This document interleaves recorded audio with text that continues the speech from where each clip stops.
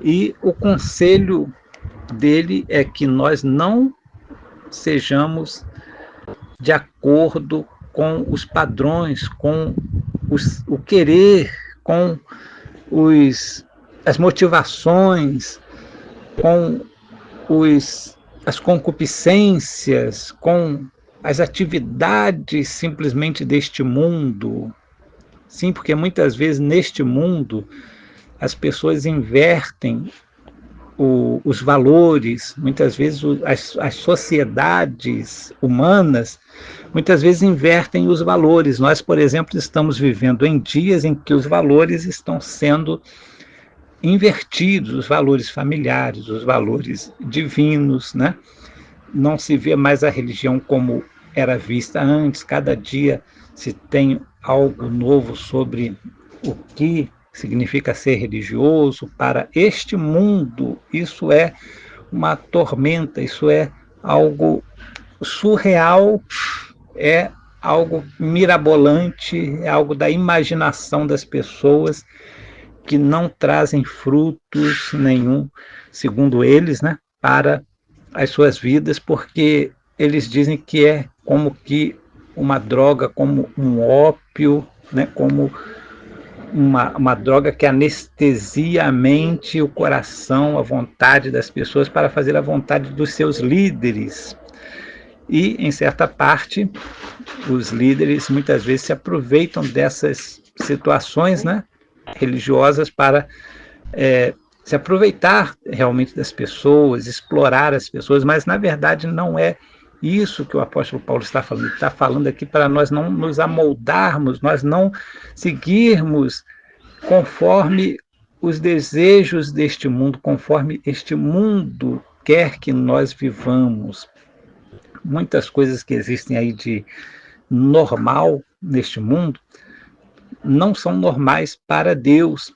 Nós precisamos estar atentos a esses detalhes. Eu lembro que antigamente o jogo do bicho era muito perseguido, os bicheiros, né, as pessoas que faziam esse jogo, muitas vezes eram levados presos e tal, mas com o tempo isso está se tornando banal.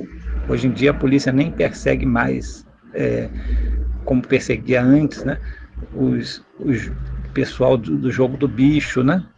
E as pessoas que praticavam também o jogo do bicho eram mal vistas, digamos assim, socialmente, e porque eram recriminadas, porque estavam cometendo um ato ilegal contra a lei humana. Mas diante de Deus, mesmo se o mundo acha que é normal, mas nós sabemos que muitas coisas como isso, por exemplo, se é ilegal, continua sendo ilegal, se é pecado, continua sendo pecado, se é contra a, a moral humana, continua sendo imoral. Não temos como mudar isso, essas coisas não mudam, mesmo que as pessoas coloquem uma capa para, digamos assim, querer transformar aquilo em uma coisa boa, mas a gente sabe o que são, né, o que é.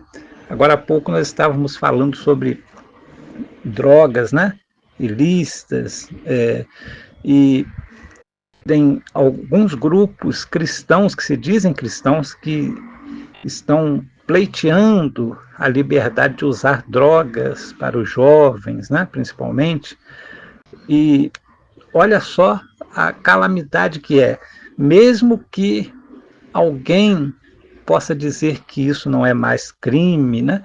Que isso não significa mais uma ilegalidade social, mas na verdade continua o mesmo pecado, porque nós temos que preservar o nosso corpo. Inclusive, muitas vezes, até mesmo através da nossa alimentação, devemos saber muito bem aquilo que nós comemos, deixamos de comer, porque é o nosso corpo que deve ser preservado. Quando nós comemos alguma coisa que nos faz mal, estamos trabalhando contra o próprio templo de Deus, estamos destruindo o templo de Deus. Então, é pecado, né? Então, não adianta a gente querer mesclar com outras coisas e querer dizer que isso não é mais pecado, que isso não é mais que é lícito agora, que agora não tem mais problema, que não vai ser mais recriminado, porque para Deus continua a mesma coisa, para Deus continua sendo pecado. Todas as coisas, todas as formas de atitude humanas que estão contra a vontade de Deus, que a vontade de Deus é para a nossa felicidade, continuam sendo pecado, continuam sendo ruins para nós.